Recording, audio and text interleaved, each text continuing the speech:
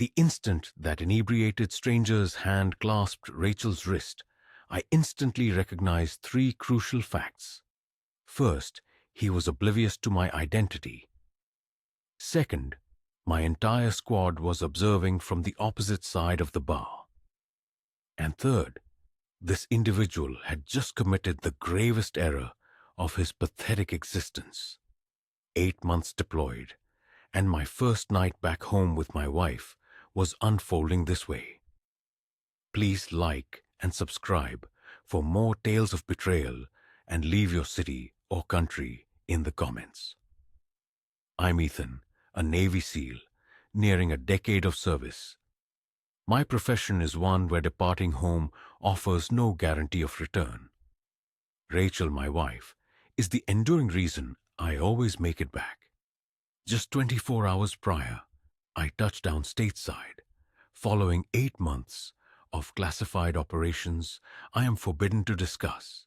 Rachel had awaited me at the base, tears streaming down her face, clutching a sign that proclaimed, "Welcome home, hero." She dislikes applying that label to me, often saying, "I'm just her Ethan." Tonight was intended to be uncomplicated. Dinner at her beloved Italian restaurant, followed by drinks at Murphy's bar downtown. Murphy's is unpretentious. Wooden tables, subdued lighting, and a local clientele. Rachel adored it for its authenticity. No pretenses, just decent folk and cold beer. We arrived around 9 p.m. The establishment was half full, a Saturday night energy permeating the atmosphere. Rachel wore the blue dress I had purchased for her before my last deployment. She looked so stunning, it almost caused physical pain. We secured a corner booth, ordered drinks, and conversed about everything and nothing. 8 months of phone calls and pixelated video chats paled in comparison to merely being beside her. "I've missed this," Rachel softly admitted, squeezing my hand across the table. "Just us. Normal. Normal." That singular word resonated deeply with me. For 8 months, normal was defined by sand, scorching heat, peril, and brothers in arms striving to keep each other alive. This, Rachel's smile, her laughter, the way she gazed at me, this was my normal, my ultimate purpose. Around 10 p.m., I excused myself for the restroom. A quick wash, a quick check. Military habits are deeply ingrained. I was absent for perhaps 3 minutes. 3 minutes that irrevocably altered everything. Upon my return, I immediately spotted him. A tall man, in his mid-30s, sporting an expensive jacket, yet with unmistakably inebriated eyes. He stood an uncomfortably close distance to Rachel, leaning over our booth as if presuming ownership of the space. Rachel's body language unequivocally communicated discomfort. Shoulders tense, leaning back, a strange smile that failed to reach her eyes. I navigated through the crowd, calm yet singularly focused. Years of training had instilled in me the discipline to assess situations before reacting. As I drew nearer, I overheard his slurred voice. "Come on, beautiful. Ditch whoever you're waiting for. I'll show you a real good time." His hand extended, touching her shoulder. Rachel recoiled. "I'm married. Please leave me alone." "Married?" He guffawed, loudly and obnoxiously. "Don't see no husband. Maybe he doesn't appreciate what he's got." "I'm right here." My voice cut through the surrounding din.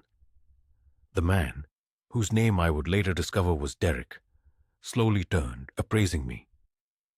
I stand at 6 feet 1 inch, lean yet muscular, clean cut. To him, I likely appeared as just another man. That was his initial miscalculation. "Oh, husband showed up," Derek sneered, His two companions at an adjacent table chuckled, egging him on. Sorry, man. Your girl was looking lonely. Thought I'd keep her company. She's fine. Walk away. I delivered the words once, calmly, clearly. Not a warning, merely a statement of fact. But Derek was drunk, arrogant, and whatever brain cells he possessed were submerged in whiskey. Or what? He advanced closer, chest puffed out, attempting to intimidate me. You going to do something about it, tough guy? Rachel's eyes met mine. I saw the implicit trust there, the absolute certainty that I would resolve this. But I also detected something else. Fear. Not of Derek. Fear that this perfect evening, our precious reunion, was being irrevocably marred by a drunken imbecile. Derek. The voice emanated from across the bar, deep and authoritative. I didn't even bother to turn, knowing instinctively who it was. Jake, my team leader. Derek's eyes flickered past me, and for the first time, confusion crossed his face. Then Rick stood up. Then Marcus, then Danny, Chris, and Alex, 6 men, all possessing frames that suggested they could shatter concrete with their bare hands. All wore the same expression, controlled patience teetering on the brink. Jake strolled over leisurely, hands in his pockets, a smile that never quite reached his eyes. Evening, fellas. Having a good night? Derek's companions had fallen silent. The entire bar, in fact, had grown hushed. Murphy, the bartender, a former Marine who knew precisely who we were, simply shook his head and retrieved his phone. Who the hell are you? Derek inquired, his voice now devoid of its earlier aggression. Friends of Ethan here, Jake responded amiably. We just got back from deployment. Thought we'd celebrate our boy's homecoming. Then we see you talking to his wife. Derek swallowed audibly. One could almost visualize the calculations unfolding in his drunken mind, and the outcome was not in his favor. Look, man, I didn't know. You didn't know because you didn't ask, I interjected. You didn't care. You saw a woman alone and thought you could do whatever you wanted. It was just talking, bro. Relax. Then why'd you touch her? Silence. Derek had no retort. His companions were already on their feet, prepared to flee. That's when Derek committed his second blunder. Pride, ego, stupidity, take your pick. Whatever, man. She wasn't even that hot anyway. I felt Rachel flinch beside me. That was the breaking point. Not for my sake. I'd endured worse insults from enemy combatants, but disrespecting Rachel, that crossed an unforgivable line. I took one step forward, just one. Derek, perceiving the shift in energy, swung wildly. A drunken, uncoordinated, telegraphed blow, visible from a mile away. I sidestepped, seized his wrist, and in 2 swift seconds had him flat on the floor, his arm locked, me not even breathing hard. The entire bar observed in stunned silence. Are you done? I asked quietly. Derek groaned, struggled in vain, realizing he couldn't move. Yeah, I'm done. I released him, stood, and helped Rachel from the booth. Jake and the team formed a loose perimeter, calm but poised for action. That's when Murphy called it in. Police are on the way. Got the whole thing on camera. You're good, Ethan. Derek scrambled to his feet, his face crimson with humiliation and fury. You think this is over? You have no idea who I am. My uncle runs this town. You just messed with the wrong family. I met his gaze without flinching. Get out. Derek departed, flanked by his silent companions. But the look in his eyes, rage, entitlement, a promise of vendetta. told me this encounter was far from finished. Rachel wrapped her arms around me, trembling slightly. I'm okay. I'm okay. But I knew better. Nothing about this was okay. And Derek's veiled threat was poised to irrevocably disrupt our lives. The police arrived within 10 minutes. 2 officers, one an older, gray-haired veteran type, the other younger. Eager, they entered Murphy's as if they'd done so 100 times before, which they probably had. "Evening, Murphy," the older officer greeted, nodding at the bartender. His name tag identified him as Officer Bennett. "Got a call about an altercation?" Murphy indicated me, then gestured toward the door Derek had just stumbled through. "Ethan here and his wife were having drinks. Drunk guy started harassing Rachel. Wouldn't leave her alone. Grabbed her. Ethan defended his wife. Whole thing's on camera if you need it." Bennett's eyes swept over me, then my team, who remained nearby. Recognition flickered across his face. "You're the SEAL team that trains at the base outside town." "Yes, sir," Jake replied, stepping forward. "Lieutenant Jake Morrison. These are my men. We just returned from deployment yesterday. Ethan's first night back with his wife." Bennett nodded slowly, jotting notes. The younger officer, Officer Hayes, was already interviewing witnesses. Every single person in that bar corroborated the same narrative. Derek was the aggressor. I defended my wife. Clean and simple. "The guy who left, did you get his name?" Bennett asked me. "Derek," I stated. "That's all I know. He said his uncle runs this town. Made threats before he left." Something shifted in Bennett's expression. Not surprise, but more akin to resignation. He exchanged a glance with Murphy, who merely shook his head. "Derek Brennan," Murphy said quietly. "Mayor Thomas Brennan's nephew. Kid's been trouble for years. Always gets away with it. Always." Rachel spoke up, her voice now stronger. "What do you mean, always?" Bennett hesitated, carefully choosing his words. "Let's just say, this isn't Derek's first incident, but charges never seem to stick." The younger officer returned with his notes. 7 witnesses all confirm the same story. The victim, Mrs. Rachel here, was harassed and physically touched without consent. Subject Derek Brennan became aggressive when confronted, threw the first punch. Self-defense is clear. "Are we pressing charges?" Bennett asked, looking at Rachel. She glanced at me, then back at Bennett. "Yes, absolutely." "Yes," Bennett nodded. "We'll file the report. Derek's probably at home by now, sleeping it off. We'll pick him up tomorrow morning for questioning. You'll need to come to the station, give formal statements." "We'll be there," I confirmed. The officers departed. The bar's volume slowly returned to normal, but people continued to glance in our direction. Jake placed a hand on my shoulder.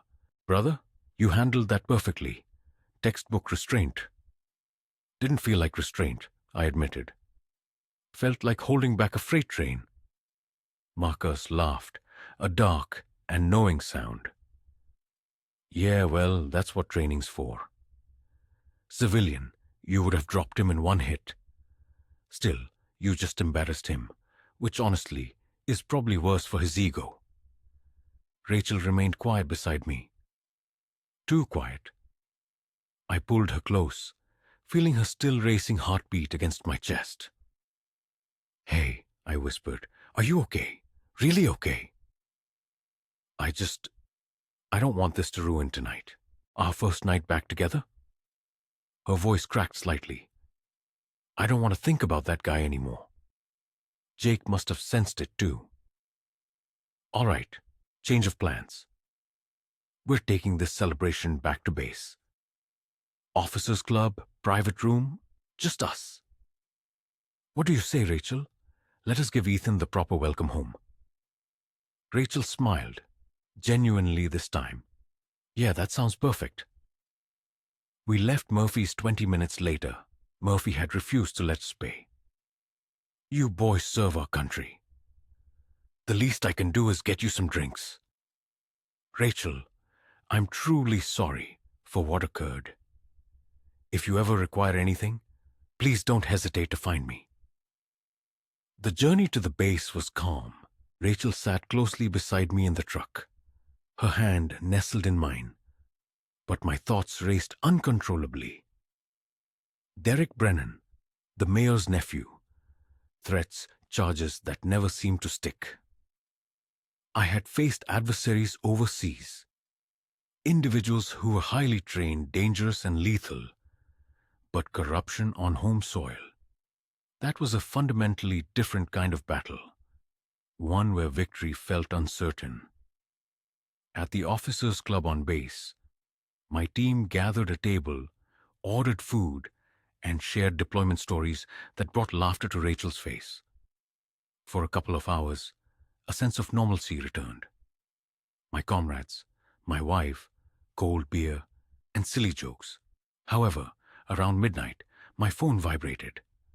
An unknown number. I almost disregarded it, but an instinct urged me to check. The text was terse. You made a grave error tonight, soldier boy. You'll regret laying hands on me. My uncle controls the police, the courts, everything. Watch your back. I showed Jake the message. His jaw visibly hardened. Screenshot that. Forward it to me. We're documenting every detail. Do you believe this is serious? I inquired. Jake's eyes were sharp, calculating. Ethan, he began. I've witnessed corruption in foreign lands that germinates precisely like this. Small-town politics, entrenched family connections, individuals who believe they are untouchable. Yes, I absolutely believe this is serious. But here's the crucial point. Derek just threatened a Navy SEAL. He has no comprehension of the situation he's just walked into. Are we going to war with the mayor's family? No, Jake stated slowly. We're going to approach this intelligently. By the book, legally. But if they wish to play games, they've chosen the wrong team to provoke. Rachel sensed the underlying tension. What's wrong? Kostavimaev. Derek sent a threat, claiming his uncle will complicate matters for us. Quote 6. That's witness intimidation. That's illegal and documented. Quote 7. Rachel, I understand you're frightened, but I promise you, we have Ethan's back, and yours, always. The team nodded, a solid wall of unwavering solidarity that tightened my chest. These were not merely colleagues. They were brothers, and within the teams, you never abandon a brother, whether on the battlefield or at home. We remained at the officers' club until 2 o'clock in the morning. When Rachel and I finally arrived home, a modest rental house near the base, she collapsed onto the couch, utterly exhausted. Some homecoming, she murmured, half laughing, half crying. I sat beside her, pulling her close. Hey, we're going to be fine. Derek is just a drunken bully. His uncle may wield local power, but we aren't backing down. I know, Rachel whispered. But I'm scared, Ethan. What if they do something? What if they damage your career? What if he... I kissed her forehead. They won't. Because we're going to do everything correctly, legally, and meticulously documented. And if they attempt any underhanded tactics, they'll discover precisely what happens when you corner a SEAL team. Rachel managed a weak smile. Do you truly believe you can win against a mayor? I contemplated Jake's words, my team, the extensive training, the perilous missions, the impossible odds we had repeatedly confronted and overcome. Quote 2. Rachel drifted off to sleep in my arms an hour later, but I remained awake, staring at the ceiling, my mind cycling through various tactical scenarios. Derek's threat echoed relentlessly in my head. My uncle owns everything. Perhaps he did. Perhaps in this small town, Mayor Brennan was indeed untouchable. But Derek had made one critical error in his drunken fury that night. He hadn't merely harassed any woman. He had harassed a Navy SEAL's wife. And he had threatened her husband directly in front of his entire team. That wasn't just a mistake. That was an outright declaration of war. And in war, we do not lose. Morning arrived far too swiftly. Rachel and I were at the police station by 9 a.m., providing our formal statements. Officer Bennett handled everything with professional decorum, yet I could discern it in his eyes. He knew this case was about to become exceedingly complex. Statements filed, Bennett announced, sliding papers across his desk. We'll bring Derek in for questioning this afternoon. With the witness statements, the bar footage, and the threatening text, we have a solid case for assault and intimidation. When's the court date? Rachel inquired. Bennett hesitated. That depends on the DA's office and other factors. You mean the mayor? I stated flatly. Bennett offered neither confirmation nor denial, merely giving me a look that conveyed everything necessary. We exited the station, and I could feel Rachel's frustration radiating from her.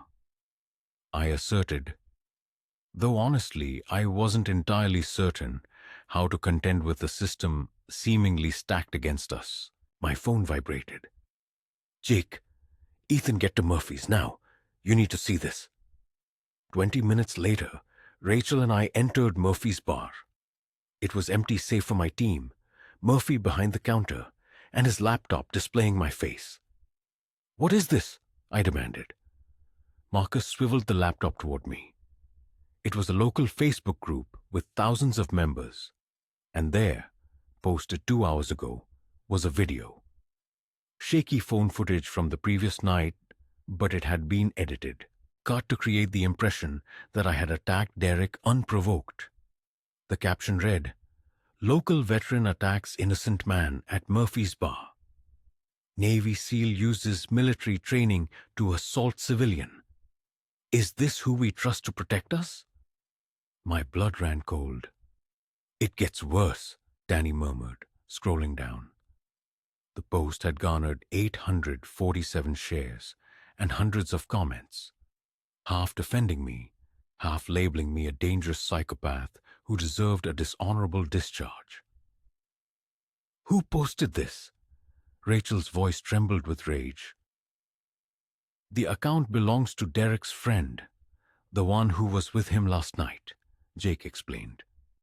This is a coordinated smear campaign. They're attempting to turn public opinion against Ethan before the case even proceeds to trial. Murphy slammed his hand onto the counter. This is garbage. I possess the complete footage. It shows everything. Derek harassing Rachel, throwing the first punch, all of it. Then we post it, Rachel declared immediately. Fight back. Show people the truth. No, Jake said softly. That's exactly what they desire. A public war. Derek's family has money, connections, and media access. If we go public, they'll distort every single word. We need to be smarter. So, what do? I asked, feeling utterly helpless. I had faced armed insurgents without flinching. But this character assassination, these lies propagated online, I utterly lacked the knowledge to combat it. Have you ever been falsely accused of something you didn't do? How did you prove your innocence? Drop your story in the comments. I want to hear how you fought back. Rick was already typing on his phone, I'm contacting a military lawyer I know, Captain Lisa Morgan. She specializes in defending service members against civilian legal issues. If anyone can navigate this, it's her. How quickly can she get here? Jake asked. She's stationed 2 hours away. Says she can be here by this afternoon. We waited. Those hours felt like an eternity. Rachel scrolled through the Facebook comments, growing angrier with each fabrication she read. I wanted to tell her to stop, but I understood. Sometimes, you need to clearly perceive the enemy to comprehend what you're fighting. At 2 p.m., Captain Lisa Morgan entered Murphy's bar as if she owned the establishment. Mid-40s, sharp eyes, a commanding military posture, carrying a briefcase that likely cost more than my truck.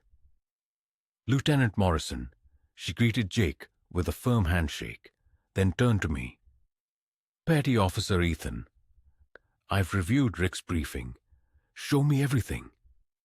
We laid out the entire narrative. The harassment, the assault, the threats, the edited video, Derek's history of evading convictions, Mayor Brennan's reputation for making problems vanish. Morgan listened intently, taking notes, and watched Murphy's full security footage twice. Then she leaned back and smiled.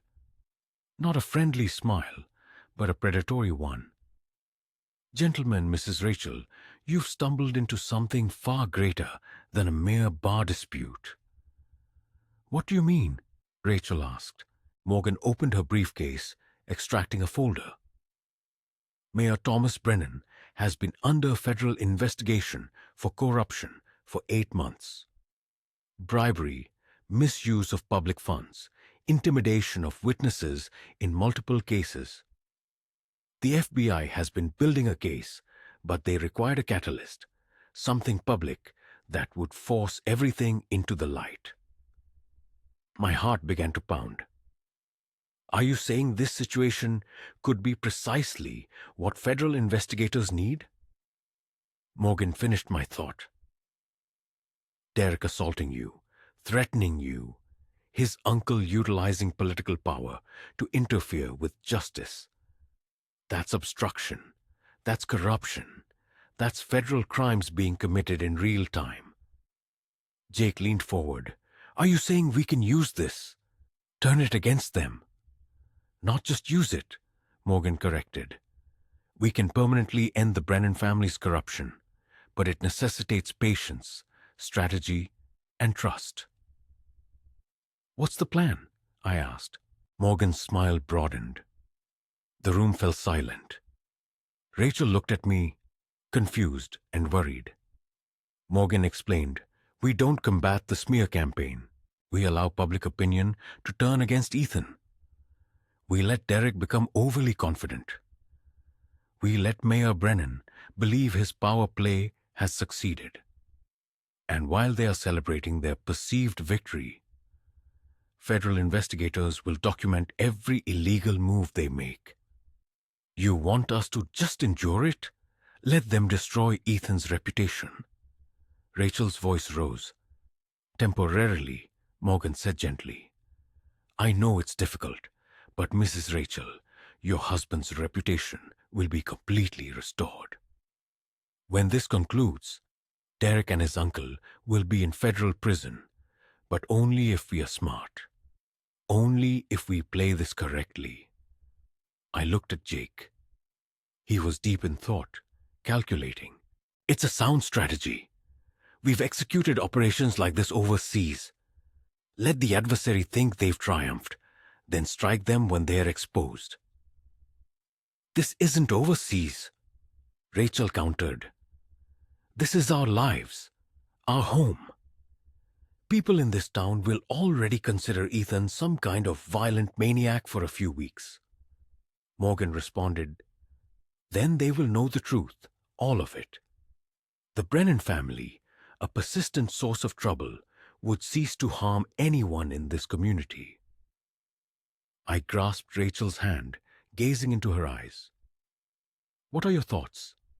She remained silent for a considerable duration. Then she responded, I believe I detest this strategy, but I also think it might be our sole path to a definitive victory. Morgan affirmed with a nod. Intelligent woman. All right, this is the sequence of events. Derek will be brought in for questioning today. His uncle will leverage his connections and influence, and Derek will likely face minimal charges. District Attorney Michael Hayes, while commendable, is outmatched by Brennan's political authority. When Derek is released, he will celebrate openly. That's when he'll become careless. And we'll meticulously document everything, Jake added. Absolutely everything, Morgan confirmed. I'm collaborating with FBI agent Thompson, who is spearheading the Brennan investigation. Every threat, every unlawful intervention, every bribe, all of it will go into the federal case file. My phone vibrated. It was Officer Bennett. Derek's here for questioning. Thought you should know. His uncle just walked in with 3 lawyers. This is on the verge of becoming a spectacle. I presented the text to Morgan. She simply smiled. Perfect. Let them believe that wealth and legal representation render them untouchable. The higher their ascent, the more catastrophic their descent. We dedicated the subsequent hour to planning. Morgan meticulously outlined the process, emphasizing the patience required, the public criticisms we would have to endure, and the long-term objective. When she finally departed, the team sat in silence for a while. Are you content with this? Marcus inquired of me. Was I allowing my reputation to be tarnished? Watching Rachel suffer through falsehoods and accusations? Trusting that a federal case would eventually rectify everything? I'm content, I affirmed, because the alternative is far worse. Derek perpetually free, harming more women. The mayor's corruption continuing unabated. Rachel squeezed my hand. Then I'm content as well. That evening, news broke. Derek Brennan was released on his own recognizance. Assault charges were reduced to disorderly conduct. A court date was scheduled for 6 weeks in the future. Facebook comments erupted. Look, the seal is the real criminal. Derek's innocent. I observed the unfolding events, feeling nothing, for this wasn't the actual conflict. This was mere background noise. The true battle was just commencing. The subsequent 72 hours were a living hell in slow motion. Derek's edited video achieved local viral status, garnering 6,000 shares. The town's Facebook groups were inundated with opinions. Half the populace defended me. Veterans, regular bar patrons, those familiar with the truth. The other half clamored for my dishonorable discharge, branding me dangerous, a trained killer incapable of self-control in civilian life. Rachel ceased reading the comments after the first day. I watched her close her laptop, her hands trembling, her eyes moist with angry tears she refused to shed. They don't know you, she whispered. They know nothing, but words can wound more deeply than knives sometimes, especially lies. Captain Morgan's strategy demanded patience. We meticulously documented every detail, every menacing message, every false accusation, every instance of the mayor's office interfering with the investigation. FBI agent Thompson was constructing his case brick by brick. However, federal investigations progressed slowly, far too slowly for my preference. Jay visited the house daily. My entire team did, rotating like guards on a perimeter. They provided food, companionship, and most crucially, a sense of sanity. Derek's becoming overconfident. Marcus reported on day 3. I spotted him at a downtown restaurant, loud and inebriated again, boasting about how his uncle made your assault charge vanish. Let him boast, I stated, reiterating Morgan's words like a mantra. Arrogant men make errors. Do you truly believe that? Marcus asked. I had to. The alternative was conceding our powerlessness. On day 4, Rachel received a call from her supervisor. She worked as a nurse at County Medical Center, a commendable job and a respected position. Past tense, it seemed. They're placing me on administrative leave, she informed me, her phone still trembling in her hand. Pending an investigation into my husband's criminal conduct. They stated it's policy. Her voice cracked. They said it's for the safety of the patients. That was the breaking point. Something within me shattered. Derek harassing Rachel was one thing. Threatening me was another. But targeting her career, her livelihood, making her pay for my decisions, that was intolerable. I immediately contacted Captain Morgan. I want to go public. I want to release Murphy's footage. Let's fight back. Ethan, I understand your anger. No, you don't understand. They just destroyed Rachel's career. How much more are we expected to endure? Morgan remained silent for a moment. Ethan, I know this is difficult, but Rachel's job can be reinstated. Her reputation will be cleared. When the federal case becomes public and Mayor Brennan is arrested, every institution that turned against you will apologize. But if we act now, if we show our hand prematurely, Derek and his uncle will retain legal counsel, destroy evidence, and we might forfeit our only opportunity to permanently end their corruption. I yearned to argue, to fight, but deep down I knew she was correct. Rachel took the phone from me. How long? How long until this ordeal concludes? 2 weeks, Morgan replied. Perhaps 3. Agent Thompson is close. Derek has been making calls, threatening witnesses, and we've recorded all of it. His uncle has been pressuring the DA, the police chief, even attempting to contact Navy Command regarding Ethan's service record. Every move they make only entrenches them deeper. And if they harm someone else in those 2 weeks? Rachel quietly asked. If Derek assaults another woman, if he drives drunk and kills someone, do we simply wait? Morgan had no answer for that. None of us did. That night, Rachel and I sat in our living room, the lights off, simply holding each other. No words were exchanged. What was there to say? Around midnight, my phone illuminated. An unknown number. I nearly ignored it, but an instinct compelled me to check. It was a video message. I hesitated, then pressed play. Derek's face filled the screen, drunk and smirking. Hey, soldier boy. Heard your wife lost her job. That's rough, man. Maybe she should have considered that before you attacked me. Oh, and this is merely the beginning. My uncle has connections everywhere. Banks, employers, landlords. You think losing a job is bad?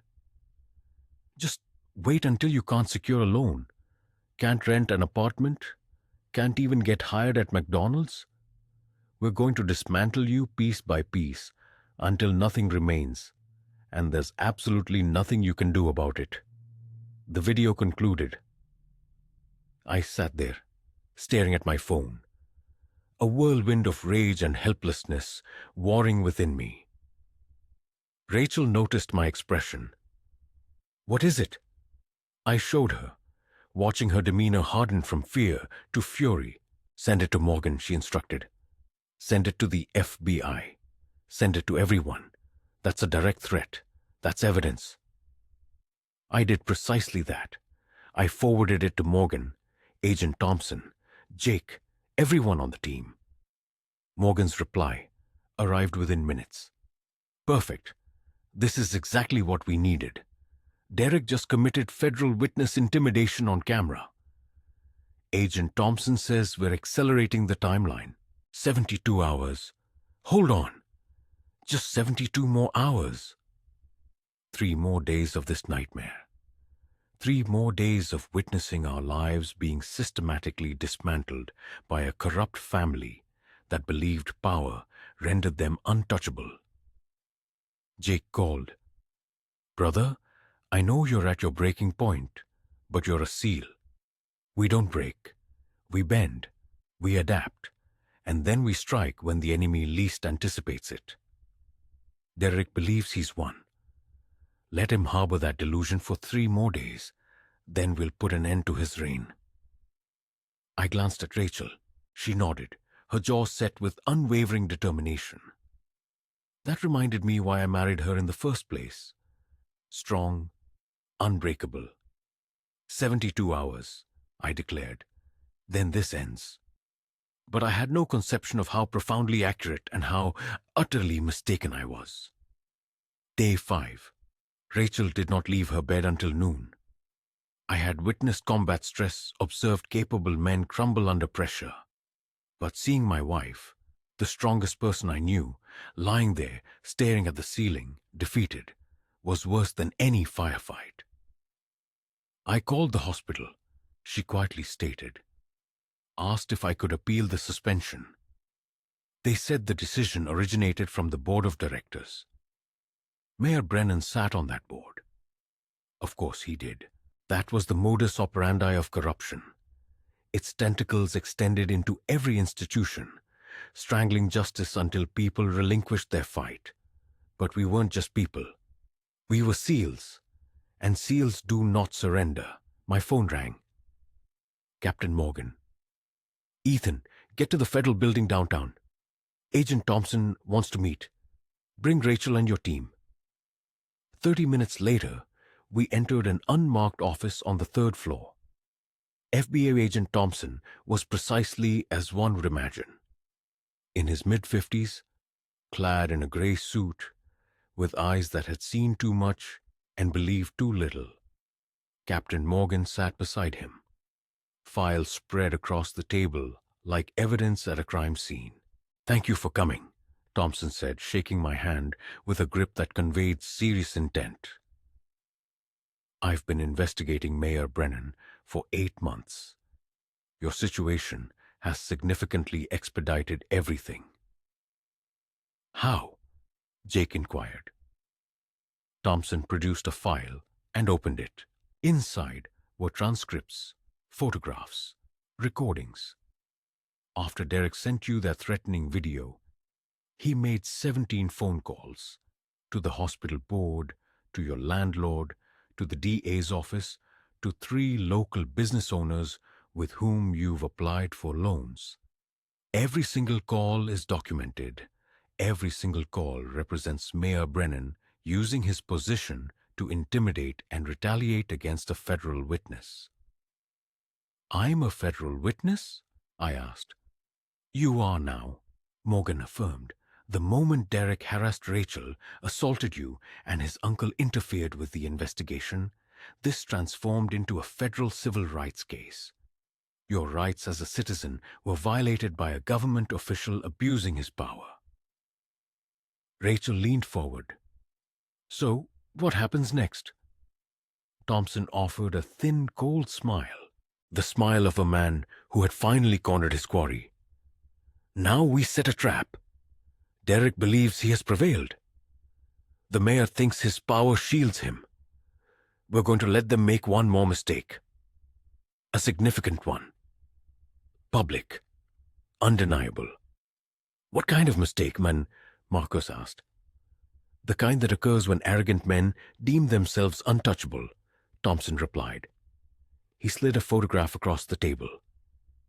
A woman in her mid-20s, a professional headshot. This is Kelly Richardson, Thompson explained. She secured a restraining order against Derek Brennan 2 years prior.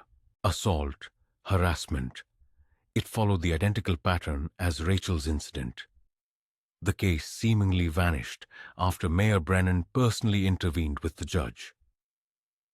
"Let me guess," Rachel interjected bitterly. "The judge is a friend of the mayor." Thompson corrected her. "Judge Morrison retired last year after we approached him about his questionable decisions. He's now cooperating, providing everything: recorded phone calls, emails, concrete evidence of bribes. Kelly Richardson and 2 additional women are prepared to testify against Derek, provided we can guarantee their safety and ensure the case actually proceeds to trial." "3 women," Rachel whispered. "He's done this to 3 other women that we know of." Morgan added, "There are likely many more who were too intimidated to come forward." A profound silence filled the room. I felt a familiar wellspring of rage, a fury I had learned to manage overseas, yet struggled with here, where the adversary wore suits and sought refuge behind legal statutes.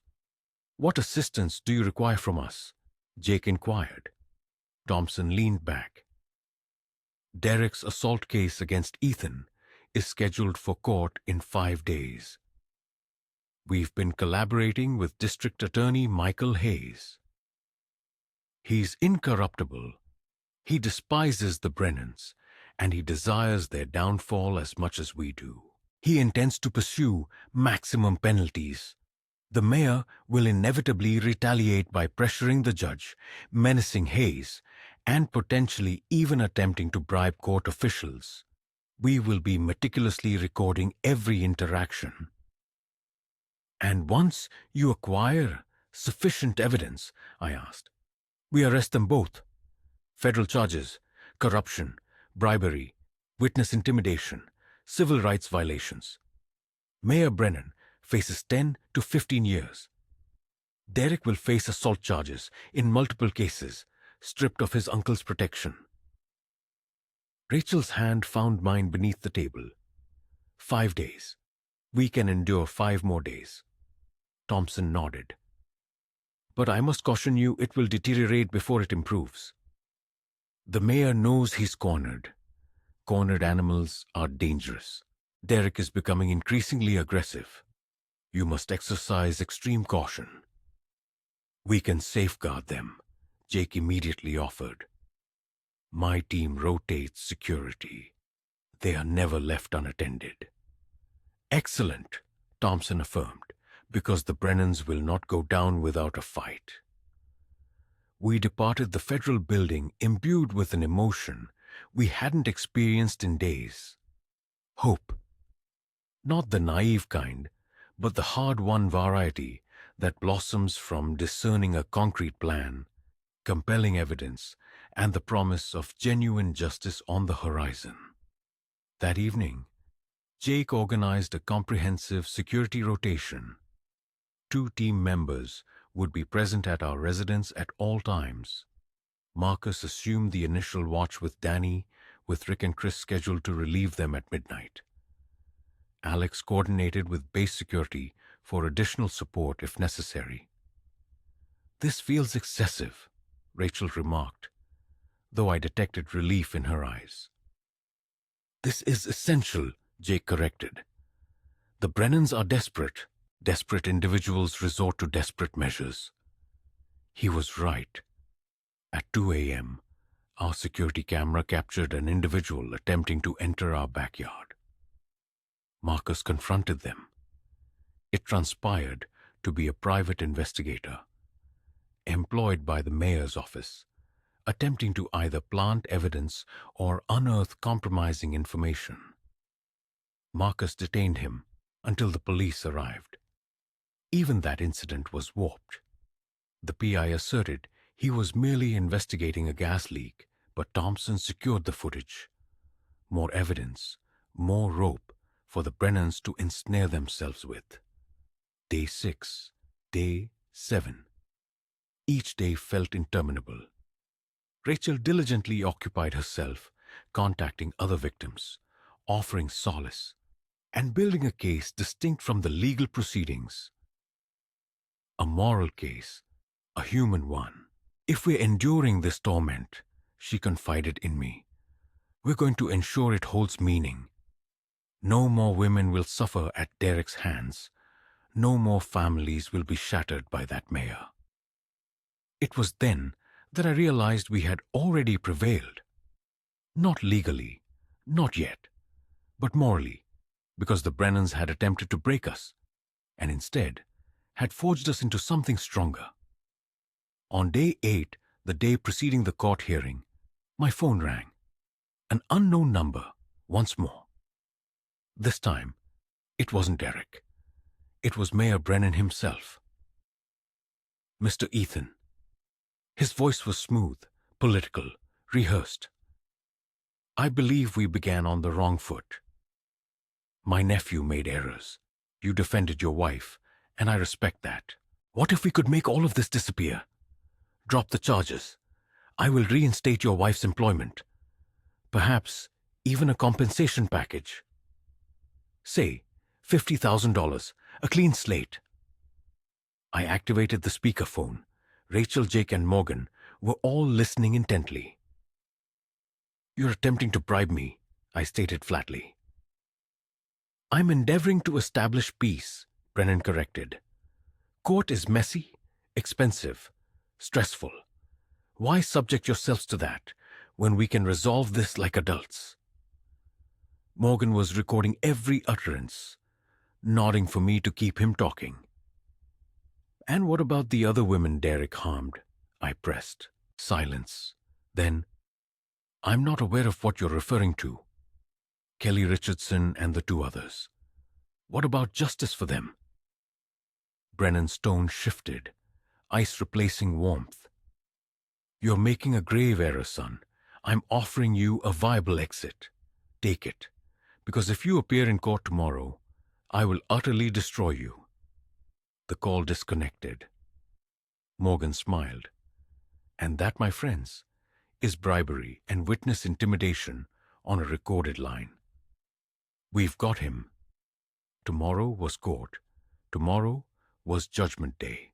Not just for Derek, but for all of them. Court day. Rachel donned her navy blue suit. Professional, strong, unbreakable. I wore my service uniform. Captain Morgan's idea, she had explained. Let the jury perceive your true identity. A decorated serviceman, not the monster Derek has portrayed you as. The courthouse was thronged. News crews lingered outside. Protesters held signs, half supporting us, half branding me a violent thug. Social media had transformed this into a spectacle. Everyone with an opinion, yet few with facts. Inside, the courtroom felt more confined than I had anticipated. Judge Patricia Henderson presided, an older woman with a severe countenance and a reputation for impartiality. District Attorney Michael Hayes occupied the prosecutor's table, files stacked like ammunition. Derek sat opposite us with his $3,000 lawyer, smirking as if he had already secured victory. Mayor Brennan sat in the gallery, front row, arms crossed, a message, a veiled threat. I'm watching. The proceedings commenced. Hayes called witnesses, Murphy the bartender, patrons from the bar, even Jake and 2 of my team members. Each recounted the truth. Derek harassed Rachel. Derek initiated the physical altercation. I defended my wife with minimal force. Derek's lawyer attempted to twist the narrative. Isn't it true that Mr. Ethan is trained in lethal combat? That he could have ended my client's life with his bare hands? I could have, I answered honestly. But I didn't. I restrained him. That's called discipline. Or perhaps calculated violence, the lawyer countered. Perhaps you relished applying your military training to a civilian. Hayes objected. Judge Henderson sustained, but the damage was done, planting doubt, portraying me as dangerous. Then Rachel testified, strong, clear, unyielding. She described Derek's persistent harassment, his refusal to leave her alone, the terror she had felt until my arrival. "And when your husband intervened," Hayes inquired, "what did you feel?" "Safe," Rachel responded simply. "For the first time since that man approached me, I felt safe." Derek's lawyers attempted to undermine her credibility. "Isn't it remarkably convenient that every witness corroborates your husband's account?" "It's called the truth," Rachel retorted, "not convenience." A murmur of approval rippled through the courtroom. Judge Henderson called for order. Then Hayes did something unexpected. He called a witness not listed in the original filing. "The prosecution calls Kelly Richardson." Derek's face paled. His lawyer leaped up. "Objection! This witness was not disclosed. This witness is relevant to establishing a pattern of behavior," Hayes argued. "The defense has a right to cross-examine." Judge Henderson deliberated, then nodded. "I'll allow it, but tread carefully, Mr. Hayes." Kelly Richardson approached the stand in her mid-20s, nervous but resolute. She took the oath, sat down, and shared her story. 2 years prior, Derek had harassed her at a coffee shop, followed her to her vehicle, and grabbed her when she rejected his advances. She filed charges and obtained a restraining order. Then Mayor Brennan contacted the judge. The case vanished. The restraining order was administratively dismissed. Kelly was left with nothing but fear and the stark realization that powerful men could inflict harm upon her without consequence. "Why come forward now?" Hayes asked. "Because I heard what happened to Rachel," Kelly said, her voice trembling but firm. "And I couldn't allow another woman to endure what I went through. I couldn't let Derek continue to evade accountability." The courtroom was utterly silent. You could hear breathing, the hum of the air conditioning, nothing else. Derek's lawyer attempted to assail her credibility. "You withdrew your complaint 2 years ago. Doesn't that suggest it wasn't serious?" "I withdrew it because the mayor threatened my father's business," Kelly tearfully explained, tears streaming down her face. "He said if I didn't drop it, my family would lose everything. So, yes, I withdrew it, but that doesn't diminish its veracity." Hayes allowed that statement to resonate. "Your Honor, I have 2 additional witnesses with similar accounts. Women Derek Brennan assaulted who were pressured into silence by Mayor Brennan's office. I respectfully request permission to call them." Judge Henderson gazed at Derek, then at the mayor in the gallery. Something shifted in her expression. Recognition, disgust, resolve. Permission granted. The ensuing hour was devastating. 2 more women, Sarah Chun, assaulted 3 years ago at a party. Emma Torres, harassed at her workplace 18 months ago. Both filed complaints.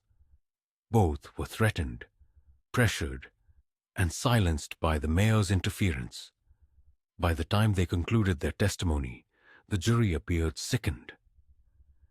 Derek looked panicked. His lawyer was frantically whispering to him, likely informing him they were defeated. Mayor Brennan stood and exited. A power move, a declaration, yet to me, it resembled a strategic retreat. Judge Henderson called for a recess. We gathered in a side room. Rachel, Hayes, Morgan, Jake, and I. "That was incredible," Rachel enthused. "Those women were so brave." "They were," Hayes agreed. "But we have a problem. The mayor just left. He's likely making calls right now, attempting to intimidate the judge, threaten me, and perform damage control." "Let him," Morgan interjected. She produced her phone. showing us a text from Agent Thompson. Teams from the FBI were actively monitoring the mayor's movements, his phone, his office, his residence. Each call he made became a piece of evidence. Every single threat he uttered constituted another potential charge. "How much longer will this continue?" I inquired. "It's a matter of hours," Morgan replied. "Thompson needs just one more crucial piece: direct proof of the mayor attempting to bribe a court official. The instant that call is made, federal agents will act decisively." The recess concluded, and we re-entered the courtroom. Judge Henderson appeared noticeably different, tense, almost worried. She repeatedly glanced at her phone. "Mr. Hayes, do you have any additional evidence to present?" she asked. "Just one more item, Your Honor," Hayes responded. He then retrieved a laptop and connected it to the courtroom's display system. "This footage is from Murphy's Bar," he explained. "The complete, unedited version, not the manipulated video that has been circulating online." He proceeded to play it. The 12-minute clip detailed everything: Derek's incessant harassment, his escalating aggression, and my efforts to restrain him without resorting to excessive force. The raw, undeniable truth unfolded before the silently watching jury. When the video concluded, Hayes rested his case. Derek's lawyer then presented his defense, relying on character witnesses who were clearly compensated for their testimony. They attempted to portray Derek as misunderstood, suggesting the women were conspiring against him. Their arguments were flimsy and desperately weak. It was at this moment that Judge Henderson's phone buzzed. She glanced at it, and her expression transformed from worry to sheer terror. She promptly called for another recess and disappeared into her chambers. 10 minutes later, she returned, accompanied by 2 men I recognized from the federal building, FBI agents. "Ladies and gentlemen," Judge Henderson announced, her voice trembling, "I have just been informed that this court is now under federal jurisdiction. This case is being elevated to include federal civil rights violations." The courtroom erupted into pandemonium. Derek's lawyer immediately stood, shouting objections. The mayor, who had returned during the defense's presentation, visibly paled. Then, the courtroom doors swung open. Agent Thompson entered, flanked by 6 federal agents. "Derek Brennan," he declared, "you are under arrest for assault, witness intimidation, and violation of civil rights. Mayor Thomas Brennan, you are under arrest for corruption, bribery, obstruction of justice, and conspiracy to violate civil rights." Utter chaos ensued. Derek attempted to flee, but was swiftly tackled by federal agents. The mayor stood frozen as he was handcuffed in front of the entire courtroom, all captured by numerous cameras. Rachel clutched my hand. "Is this actually happening?" she whispered. "It's real," I confirmed softly. Agent Thompson approached us. "Thank you for your patience," he stated. "We couldn't make our move until we had all the pieces.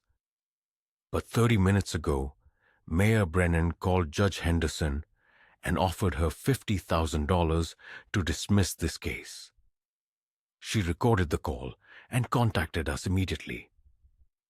The first significant revelation was that Derek wasn't merely a bully. He was a serial predator, safeguarded by a corrupt system.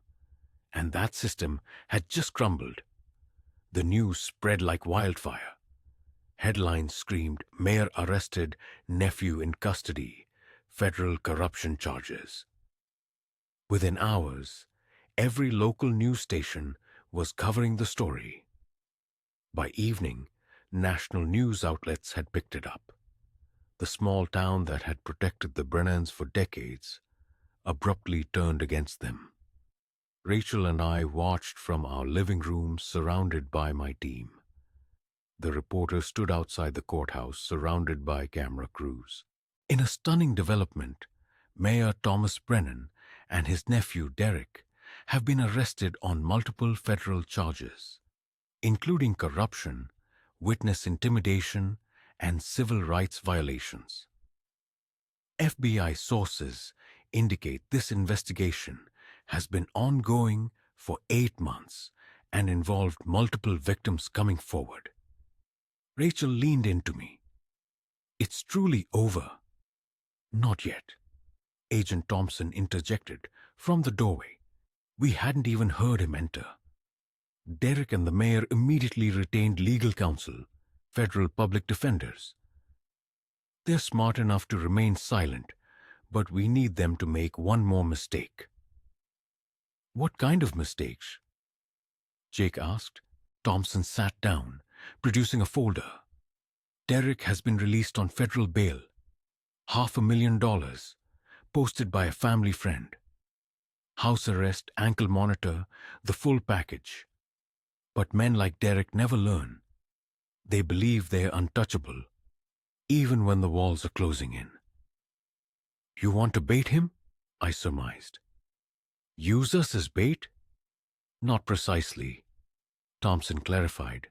"We already possess sufficient evidence to convict them both. But there are others. City officials who accepted bribes, judges who dismissed legitimate cases, business owners who paid protection money. The Brennan corruption runs deep. We need Derek to contact his co-conspirators, to panic, to attempt to cover their tracks. When he does, we'll apprehend them all." Rachel shook her head.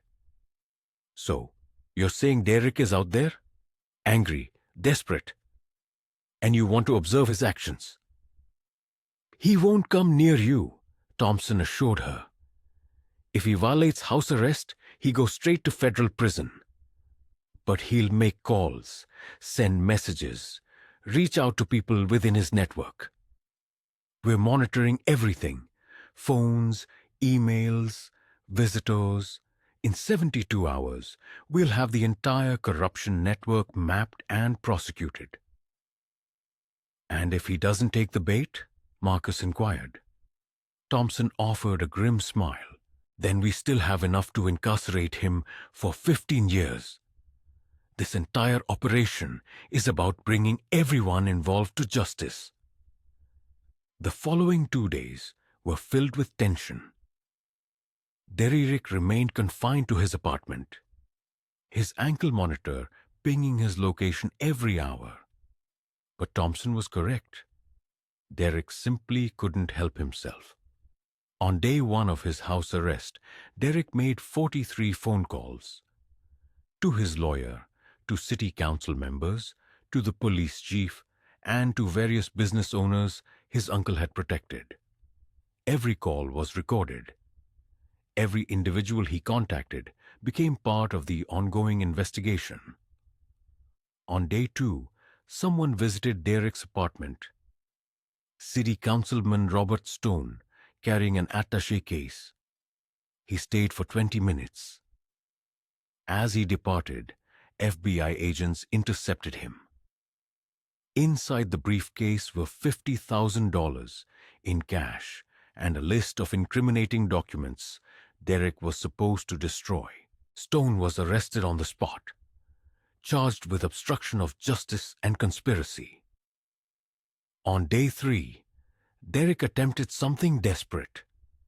He contacted Kelly Richardson using a burner phone number obtained from a friend who wasn't under surveillance. The message was straightforward. "Drop your testimony, and I'll pay you $100,000. Continue talking, and bad things will happen to your family." Kelly immediately contacted Agent Thompson, who traced the phone, located Derek's friend, and arrested him for conspiracy and witness tampering. Derek was subsequently taken back into federal custody, his bail revoked. That's it. Thompson informed us that evening. Derek just handed us everything we needed. Direct witness intimidation from house arrest, conspiracy with outside parties. The judge will surely throw the book at him. However, the true triumph arrived 3 days later.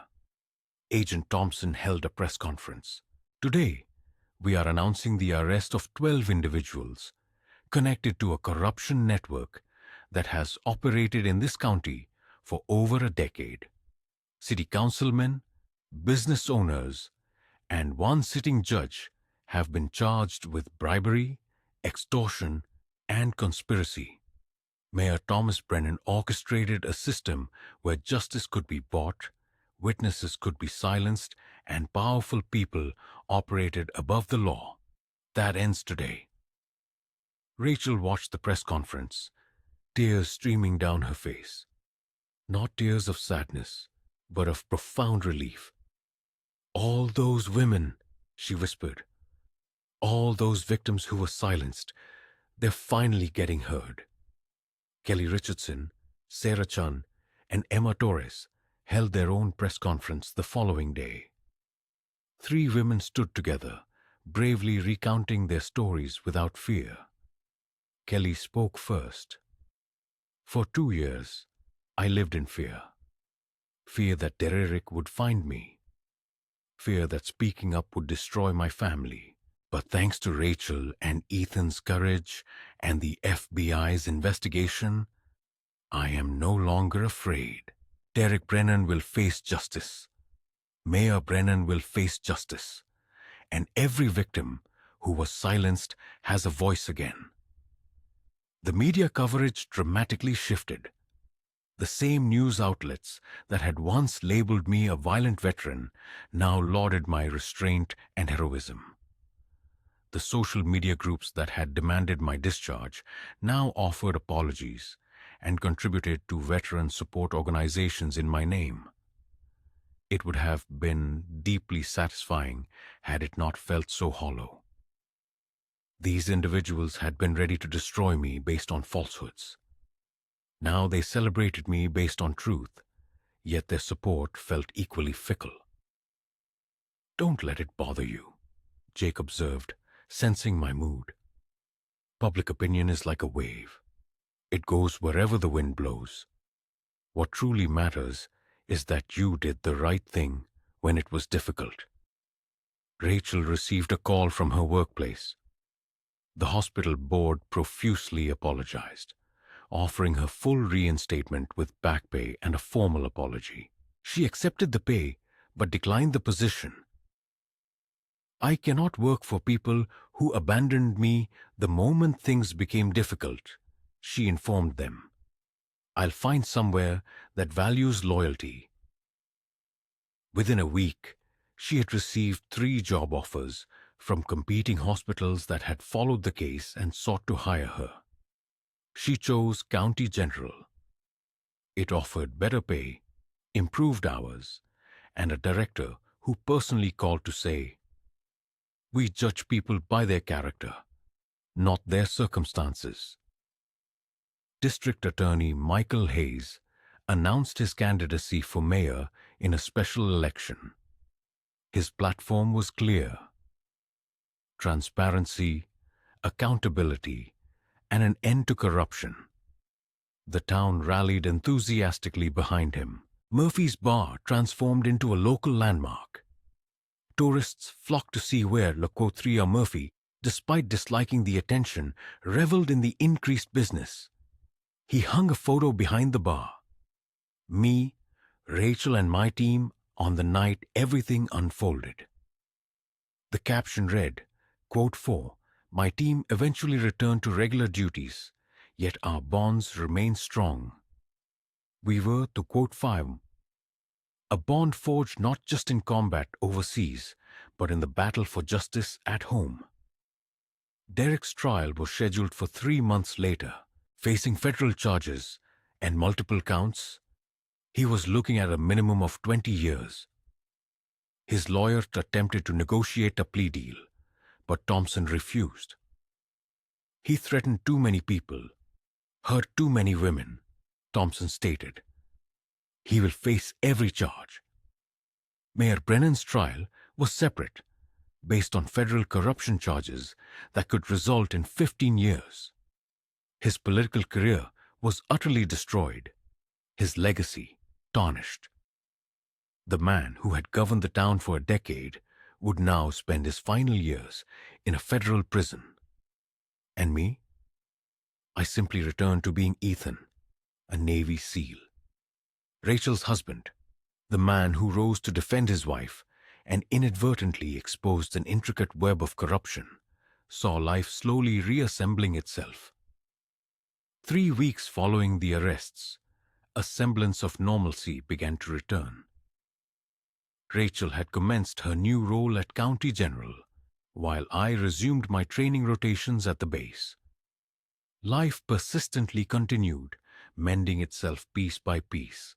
Yet, Mayor Brennan hadn't relinquished the fight.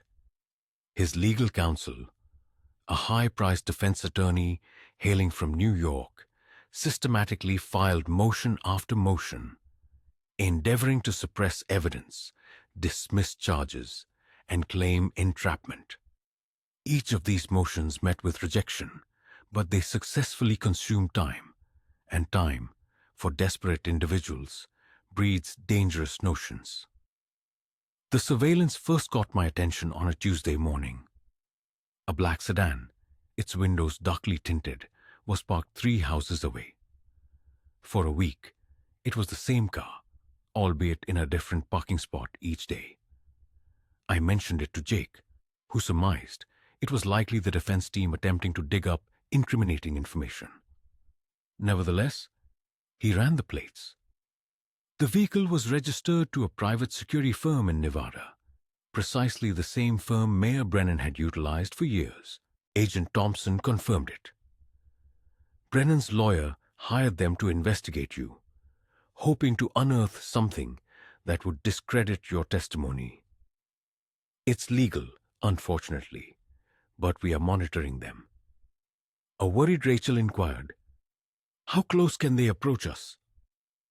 "They cannot physically approach you, trespass, or issue threats," he clarified. "They can only observe from public areas. These are intimidation tactics, designed to provoke a mistake or to make you yield." We refused to back down, but the constant stress was visibly affecting Rachel. She frequently woke up at night, checking the windows and ensuring all doors were securely locked. The fear that Dererick had instilled was steadily deepening its roots. Then, the letters began to arrive, not at our home, but at Rachel's hospital. These anonymous letters alleged that I suffered from PTSD, was violent, and that the hospital was imperiling its patients by employing my wife. Hospital security traced them back to a P.O. box registered under a fictitious name. Captain Morgan stated when we presented the evidence. Quote 2. Rachel's new supervisor summoned her, posing uncomfortable questions about my mental well-being and my service record. Rachel ardently defended me, but the strain was undeniably visible. "They are attempting to break us before the trial," I observed to Jake one evening, "hoping to exhaust us into settling or refusing to testify." Jake retorted, "They are vastly underestimating both of you." The subsequent assault originated from an unforeseen quarter.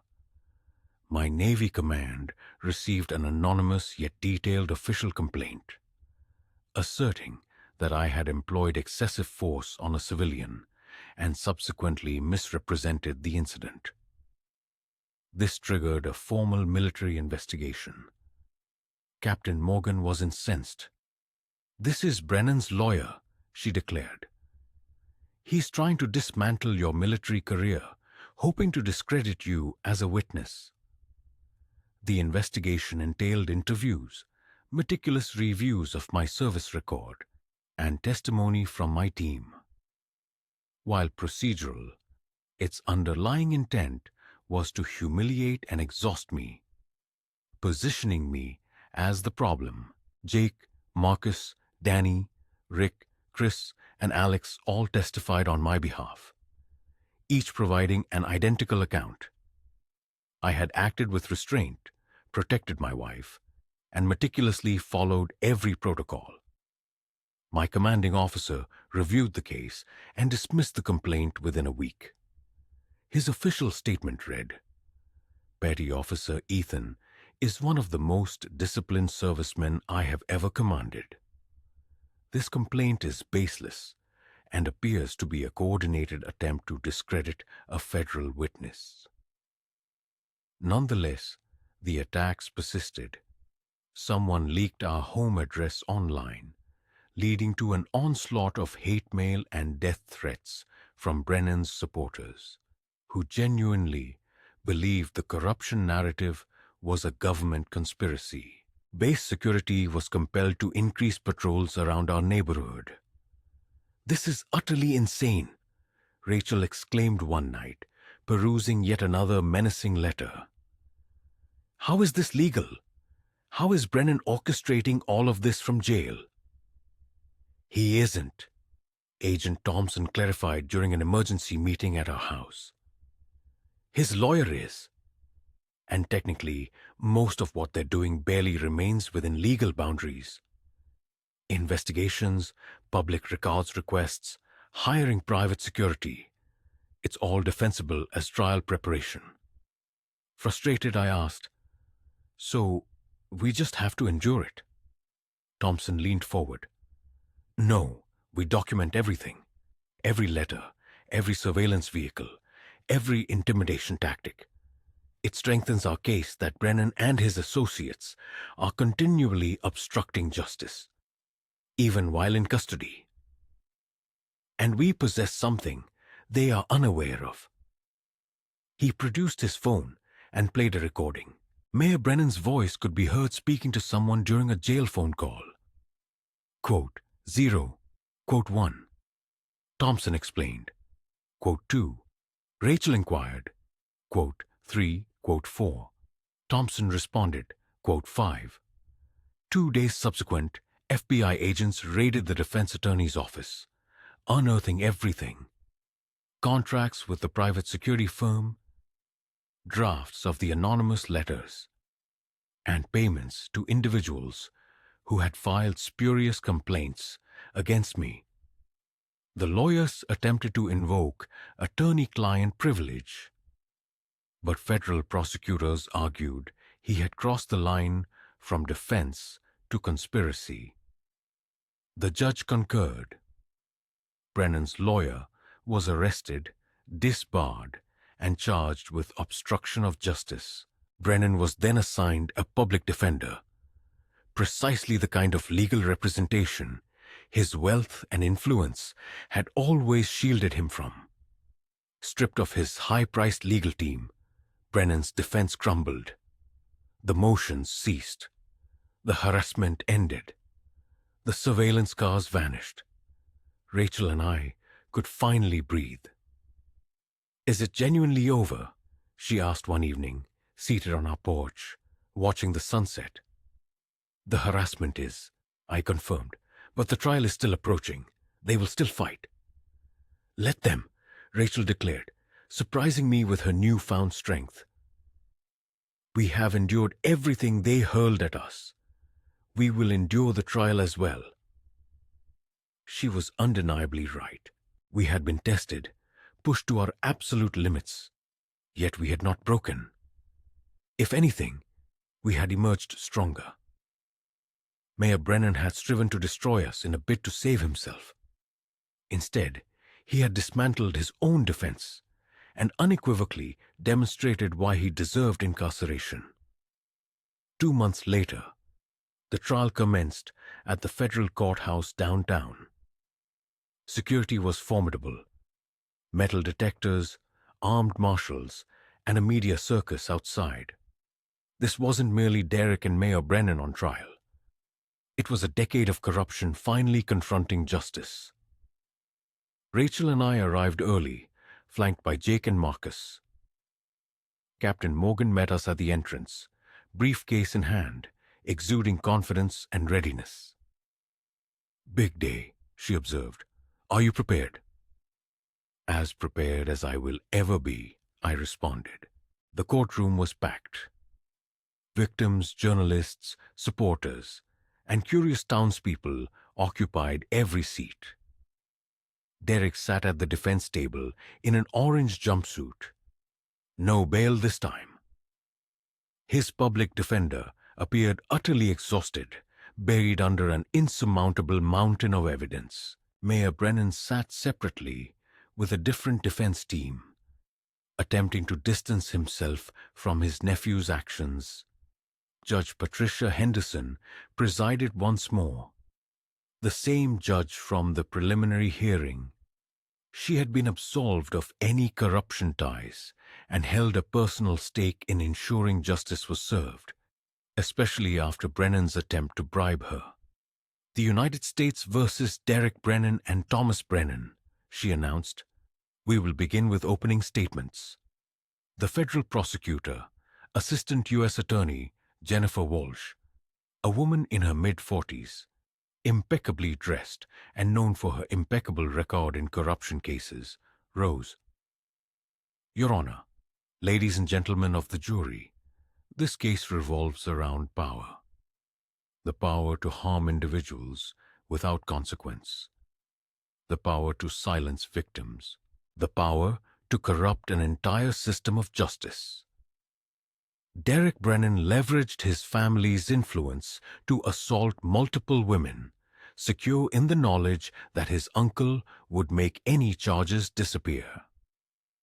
Mayor Thomas Brennan abused his political office to obstruct justice, bribe officials, and intimidate witnesses. Together, they forged a system where the powerful operated above the law. Today, that era concludes. Derek's lawyer then stood young, visibly nervous and clearly overwhelmed. The defense will demonstrate that my client made mistakes, but those mistakes do not equate to the conspiracy the government alleges. Derek Brennan is not a monster. He is a young man who made poor choices while intoxicated. It was a feeble opening, a fact obvious to everyone in the courtroom. Mayor Brennan's lawyer was considerably more polished. Thomas Brennan has served this community for 12 years. Yes, he made calls on his nephew's behalf. What uncle would not endeavor to assist family? However, the government has twisted family loyalty into criminal conspiracy. We will prove that Mayor Brennan never bribed anyone, never threatened anyone, and never obstructed justice. Walsh called her first witness, me. I took the stand, swore to tell the truth, and sat facing the jury.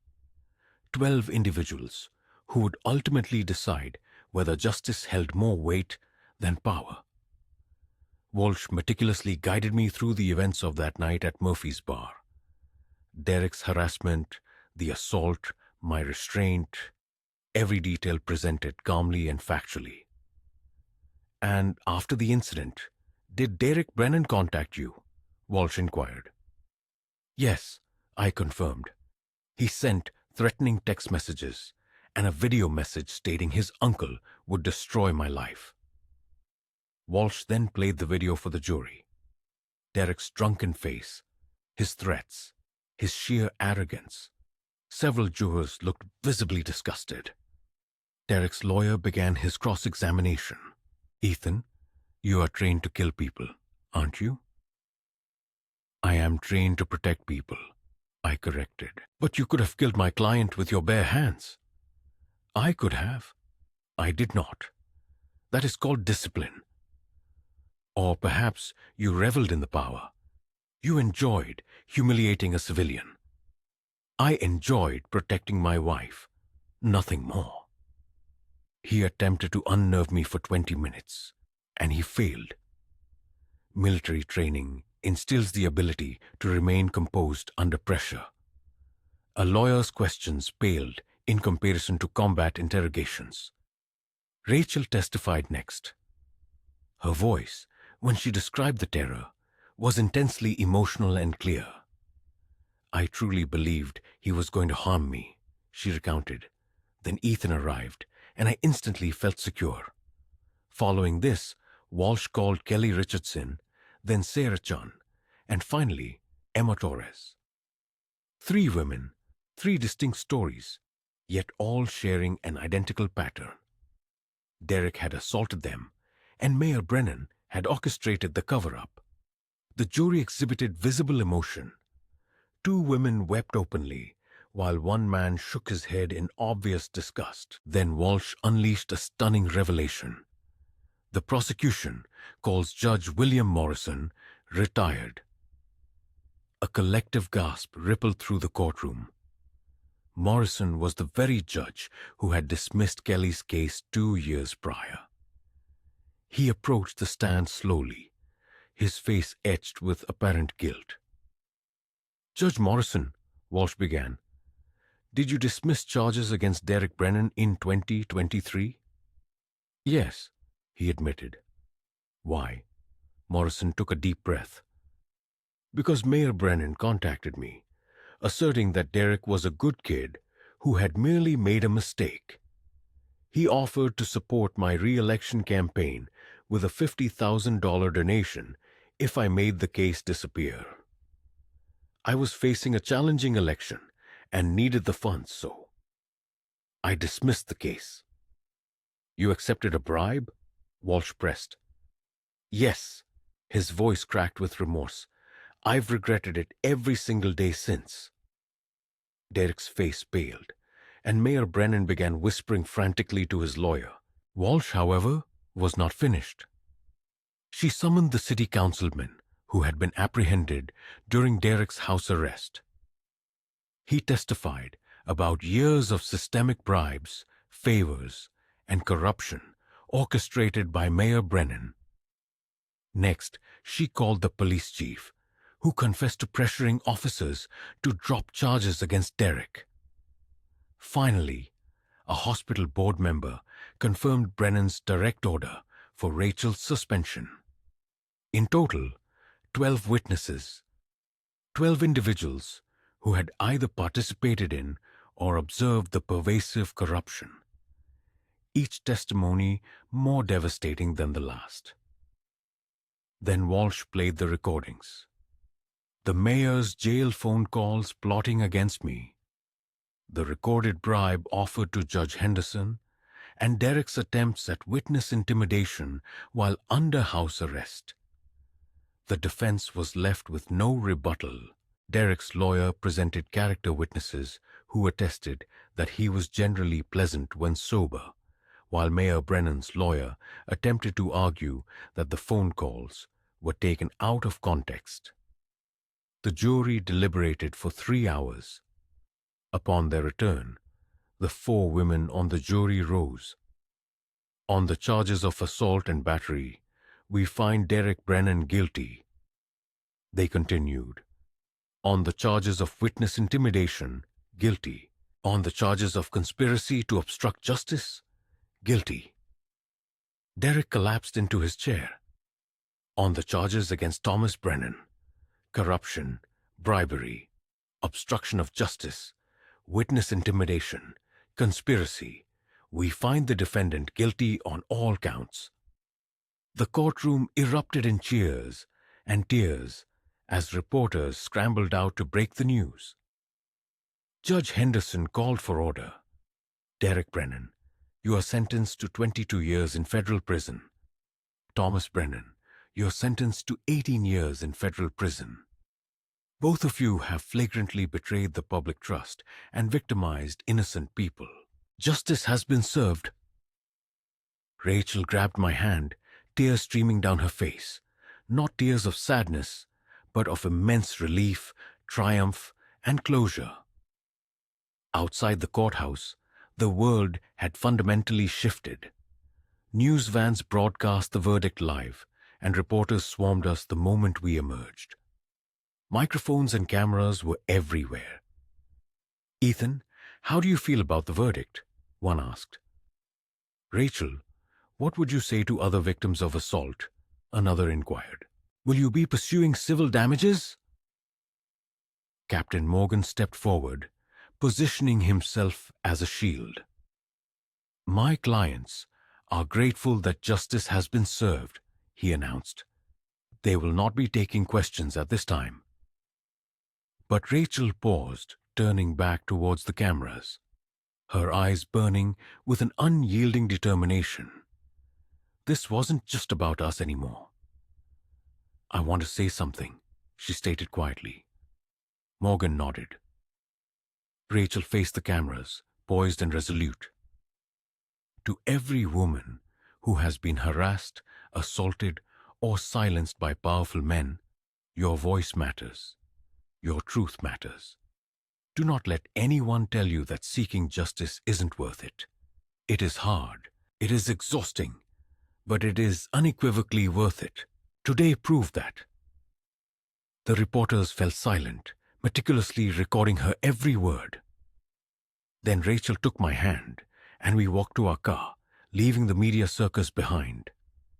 The aftermath was swift and decisive. Within days, the town council held emergency elections. Michael Hayes secured the mayoral position with an overwhelming 72% of the vote. His very first act was to establish an independent oversight committee tasked with investigating all criminal cases dismissed over the past decade. Their findings were shocking. 43 cases where charges had mysteriously vanished. Of these, 18 involved assault, 12 involved domestic violence, and 8 involved theft and corruption, all unequivocally linked to Mayor Brennan's interference. Kelly, Sarah, and Emma subsequently founded a non-profit organization, Voices Restored, dedicated to assisting victims of assault in navigating the legal system and finding crucial support. Rachel volunteered twice a week, utilizing her nursing background to provide trauma-informed care. This is what it was all about. She confided in me one evening after a volunteer shift. Not revenge, not just stopping Derek, but ensuring that no one else has to endure what we did. My team celebrated at Murphy's Bar, the very place where this saga began. Murphy had hung a new photograph behind the counter. All of us, including Rachel, raising glasses together. The caption boldly proclaimed, "Justice served here." Jake raised his beer to Ethan and Rachel, two ordinary citizens who had dismantled an entire network of corruption. "You made us incredibly proud, brother," he declared. "Couldn't have done it without you guys," I replied. "Any of you?" Marcus grinned. That's what brothers are for, whether on the battlefield or at home. The military completely cleared my service record, and my commanding officer issued a formal commendation. It read, "Petty Officer Ethan demonstrated exceptional restraint, integrity, and commitment to justice, both in service and civilian life. He is a true credit to the Navy SEALs and the United States military." Rachel's new hospital honored her with a Community Service Award for her volunteer work with assault survivors. She accepted it humbly, simply stating, "I'm just doing what's right." 6 months after the trial, I received a call from Agent Thompson. "Thought you'd want to know," he began. Derek attempted to appeal his sentence. The Federal Appeals Court denied it. He'll serve all 22 years. The same goes for Mayor Brennan. 18 years, no early release. "Good," I stated simply. "There's more," Thompson continued. "Your case became a foundational model for federal civil rights prosecutions. 3 other towns have reached out, reporting similar corruption problems. Your testimony significantly helped prosecutors understand how to build these crucial cases. You've made an impact far beyond just your own situation." After we hung up, I reflected on that. Rachel and I had merely sought justice for one harrowing night at a bar. Yet, we had ultimately exposed systemic corruption and helped victims across multiple communities. A year later, Rachel and I stood in Murphy's bar once more, in the same booth where Derek had harassed her. But everything else was profoundly different. The town itself had transformed. A new mayor, a reformed police department, a corruption oversight committee, and robust victim support services. We too were different, stronger, more purposeful, and connected to a vibrant community of survivors and advocates. "Do you ever think about that night?" Rachel asked, sipping her drink. "Every day," I admitted, but no longer with anger. Now, with gratitude. Gratitude that we didn't back down, that we fought for what was right, that we helped other people find justice too. Rachel smiled, a radiant smile that reached her eyes and infused warmth into everything around her. "You know what the best part is?" she asked. "What?" I inquired. "Derek and his uncle genuinely believed that power made them untouchable. But they learned the profound truth. Justice is infinitely more powerful than corruption. Truth is more powerful than lies. And people willing to stand up, even when it's incredibly hard, are more powerful than those who abuse their authority." Jake approached, Marcus and the rest of the team close behind him. "You two ready?" he asked. "We've got a surprise." They led us outside, where a small crowd had gathered. Kelly, Sarah, Emma, and 15 other women from the Voices Restored program stood together, holding candles. Kelly stepped forward. "We wanted to thank you," she began. "Not just for stopping Derek, but for showing all of us that fighting back truly matters, that our voices have power. Because of you, 18 women have now come forward with assault charges that were previously dismissed. 12 cases have been reopened, and 5 abusers are now in prison who were walking free just a year ago." Emma added, "You didn't just save yourselves, you saved all of us."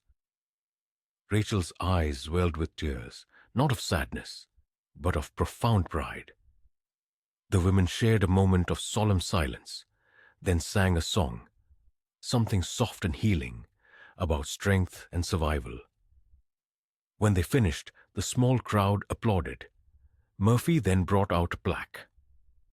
"For the Wall of Honor," he announced. It read, "On this night, justice prevailed. In this place, courage was born, dedicated to Ethan and Rachel. Proof that one person standing up can change everything." Rachel looked at me, squeezing my hand. "We did it." "We did," I agreed, together. That night, walking home under the stars, Rachel said something I will never forget. "You know what Derek took from me that night at the bar?" "What?" I prompted. "My sense of safety. My belief that good people are protected. My trust in the system." She paused. "But you know what we took back?" I waited, captivated. "Everything, and we gave it to other people too. That's not just justice, Ethan. That's redemption." She was right. This story was never about revenge.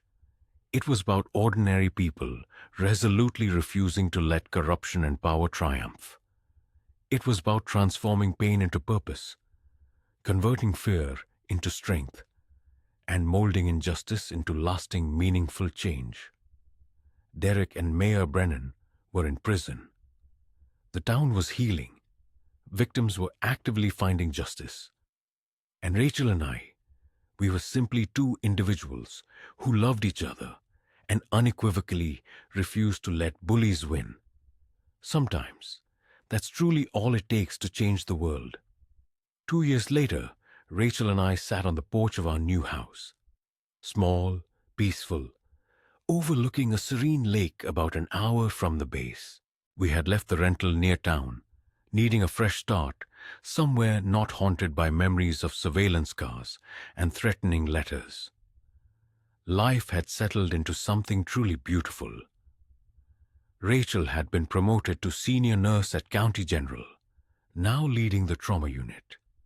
Having safely returned from yet another deployment, I was now dedicating my time to training the next generation of SEALs. We had settled into a routine marked by peace and normalcy, yet the significant work remained unfinished. Voices Restored had blossomed into a regional organization, establishing chapters across 4 states. Kelly Richardson capably served as the executive director, while Sarah Chun spearheaded legal advocacy efforts, and Emma Torres artfully managed community outreach. Rachel, my wife, contributed her weekends diligently to the board, assisting survivors in navigating the very system that had, at one point, failed her.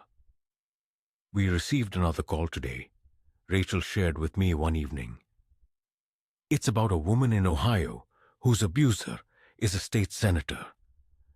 The local police are refusing to investigate due to his political connections.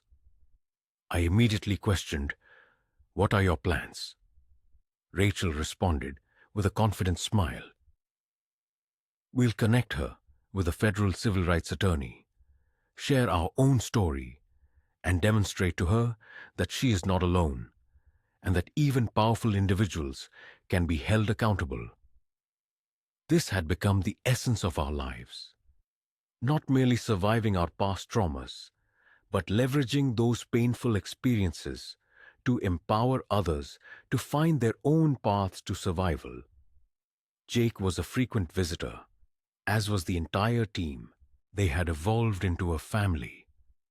Not only my brothers in arms, but a cherished part of Rachel's support system as well. Marcus and Kelly were dating, a development that initially surprised us, but, upon reflection, made perfect sense. They were 2 individuals who had endured significant trauma and were now finding mutual healing. I never imagined a bar fight would lead me to someone like her. Marcus confessed over beers one night, but I'm incredibly grateful it did. Meanwhile, District Attorney Michael Hayes, who had since become mayor, orchestrated a profound transformation in the town.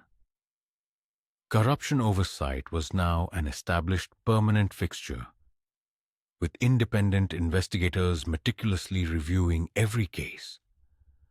Crucially, victim advocacy services were fully funded. The town, once known for shielding predators, had now committed itself to protecting survivors. Derek's appeals had been exhausted, sentencing him to 22 years in federal prison with no prospect of early release. Letters from the women he had harmed continued to pour into the prosecutor's office. Women who had been too terrified to come forward before, but now found the strength to speak their truth. 10 additional women provided testimony in supplementary hearings, leading to an extension of Derek's sentence to 30 years. Mayor Brennan, however, was not faring well in prison. Federal inmates showed no respect for corrupt politicians. He had requested protective custody following multiple incidents and would serve every single day of his 18-year sentence in isolation, stripped of power and utterly forgotten. Occasionally, Rachel pondered whether we should feel sympathy for them. No, I firmly told her. They deliberately chose to harm people. They prioritize power over basic decency. Consequences aren't cruelty. They are justice. One morning, Rachel presented me with a letter. It originated from a high school girl in another state who had seen our story on the news. "Dear Rachel and Ethan," the letter began, "I was assaulted by a popular athlete at my school. Everyone advised me to keep quiet, suggesting his future was more important than mine. But I witnessed what you both accomplished. I saw that you fought back. So I reported him. The school attempted to cover it up, but my parents hired lawyers and contacted the media. He was arrested yesterday. I wanted you to know that your courage inspired mine. Thank you for not giving up. Rachel reread the letter 3 times, tears streaming down her face. This is why it matters, she whispered. This is why we endured hell. Yes, I agreed, it truly is. That weekend, Murphy's Bar hosted its annual Justice Day, a jubilant community celebration commemorating the pivotal night that had altered everything. Murphy extended an invitation to us every year, and this time we brought the entire team. The bar buzzed with survivors, advocates, reformed city officials, and community members who had steadfastly supported us. Murphy proudly unveiled a new scholarship fund, established in our names, designed to support young individuals pursuing careers in law, social work, and victim advocacy. You two started something far grander than you realize, Murphy declared, raising his glass. Here's to Ethan and Rachel, proof that ordinary people can achieve extraordinary feats when they refuse to back down. The crowd erupted in cheers. Rachel, unaccustomed to such attention, blushed. But I gently squeezed her hand, reminding her that this celebration transcended ego. It was about hope.